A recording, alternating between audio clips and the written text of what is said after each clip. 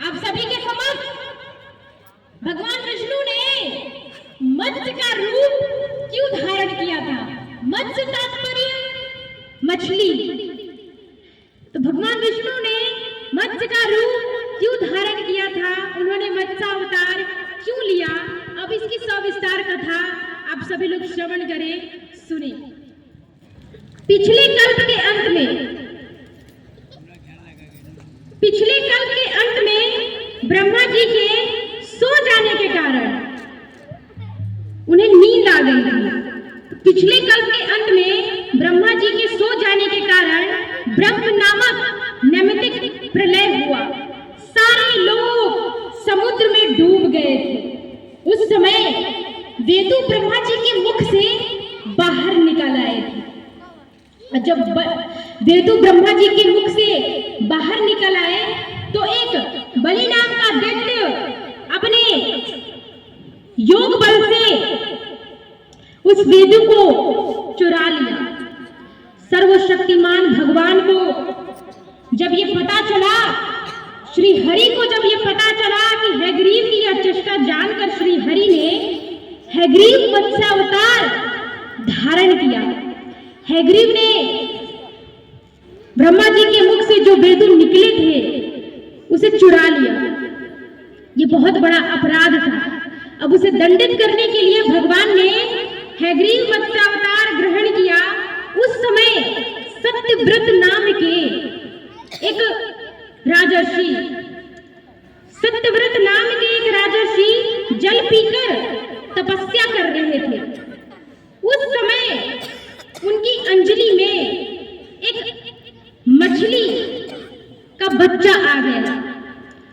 मछली को पानी के साथ पुनः उस सरोवर में डालने ही वाले थे कि मछली ने बोला कि मैं इस सरोवर के जंतुओं से अति दुखित हूं, आहत हूं, और आप पुनः मुझे इस सरोवर में डाल रहे हो।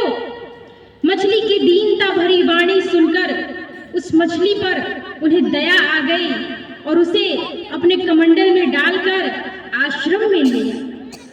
मछली ने कहा कि मैं इस पात्र में प्रसन्न नहीं हूं, क्योंकि वो थोड़ी ही देर में बड़ी हो गई।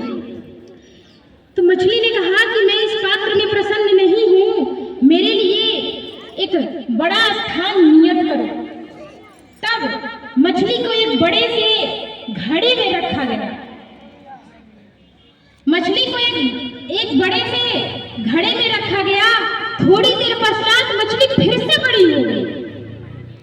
फिर वो बोली कि मेरे लिए यह पात्र भी छोटा है। तब सत्यव्रत ने मछली को सरोवर में डाल दिया। फिर मछली ने कहा कि मेरे लिए ये सरोवर का जल भी कम है, आप मुझे किसी बड़े से समुद्र में डालो। मछली कितनी तीव्र गति से बड़ी हो रही थी कि सरोवर का जल भी कम पड़ गया और फिर अंततः समुद्र में डाल दिया और कहा कि अब मेरी एक बात सुनो। आज के 7वें दिन, अर्थात आज के 7वें दिन, तो वही उन्होंने कहा कि आज के 7वें दिन, पिछले कल्प में आज के 7वें दिन प्रलय आएगी और सभी भूलोक आदि तीनों लोग जल में डूबने लगेंगे। तब मेरी प्रेरणा से तुम्हारे पास एक नौका आएगी, नाव। मेरी प्रेरणा से तुम्हारे पास एक नौका आवेगी। उस समय समस्त प्राणियों को लेकर, सभी जीव जंतु, जितने भी जीव जंतु हैं, समस्त प्राणियों को लेकर तुम सप्तर्षियों सहित उस नौका में चढ़ जाना। प्रचंड आंधी के कारण वो नौका डगमगाने लगे। अब किसी सरोवर में, किसी सागर में, किसी बड़ी सी नदी में, जैसे कि हमारी अभी बड़ी विशाल नदी माता गंगा, माता यमुना, अब उसमें नौका कोई लहर कोई तूफान आए तो नौका तो डूब जाएगी, क्योंकि वहां पर तो ऐसे कोई सहारा नहीं है, वहां तो पानी पानी है। तो मेरी प्रेरणा से वहां पर एक नौका आवेगी और प्रचंड आंधी के कारण जब वो नौका डगमगाने लगेगी, तब मैं इसी रूप में तात्पर्य इसी मत्स्य के रूप में मैं वहां आऊंगा और तुम लोग वासुकी नाग के द्वारा, वासुकी नाग एक सर्प का नाम है वासुकी, तो वासुकी नाग के द्वारा सींग से बांध देना। भगवान के बताए समय पर, जो उन्होंने कहा था कि 7वें दिन बाद प्रलय आएगी, तो भगवान के बताए समय पर 7वें दिन प्रचंड आंधी चली, प्रलय की आंधी, खूब वर्षा होने लगी। तब सत्यव्रत उस नौका में सभी प्राणियों सहित, सप्तर्षियों सहित, अब भगवान वहां इसी रूप में प्रकट हुए, मत्स्य के रूप में, और उनके शरीर में एक सींग था। भगवान ने पहले जैसे आज्ञा दी थी उसी के अनुसार नौका को सींग से बांध दिया, वासुकी नाग से। अब नौका जो डगमगा रही थी उसे थोड़ा सहारा मिला, वासुकी नाग के द्वारा उसे बांध दिया। भगवान ने राजऋषि सत्यव्रत को ज्ञान, भक्ति और कर्म योग से परिपूर्ण एक दिव्य पुराण का उपदेश दिया, जिसे मत्स्य पुराण कहते हैं। जो उन्होंने उपदेश दिया वो मत्स्य पुराण के नाम से प्रसिद्ध हुआ। जब पिछले प्रलय का अंत हुआ तब ब्रह्मा जी की नींद टूटी, तब भगवान ने हैग्रीव असुर को मारकर उससे वेद छीन लिए और ब्रह्मा जी को दे दिए।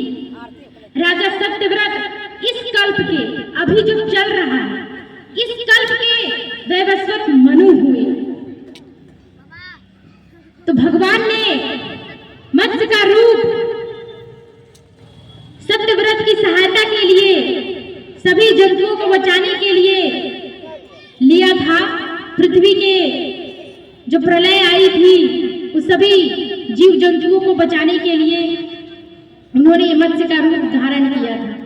बोले मत्स्य भगवान की, भक्त वत्सल भगवान की, लक्ष्मी नारायण की। प्रत्येक व्यक्ति को सदैव धर्म संगत कार्य करना चाहिए, सत्य बोलना चाहिए, सदैव न्याय के पक्ष में रहना चाहिए, किसी व्यक्ति के पक्ष में नहीं, सदैव सत्य और न्याय और धर्म के पक्ष में होना चाहिए। तो सभी साथ में जयकारी लगाए और थोड़ा सा कीर्तन करेंगे। तत्पश्चात हम आपको फिर से एक भजन सुनाएंगे। यदि हम समय समय पर कीर्तन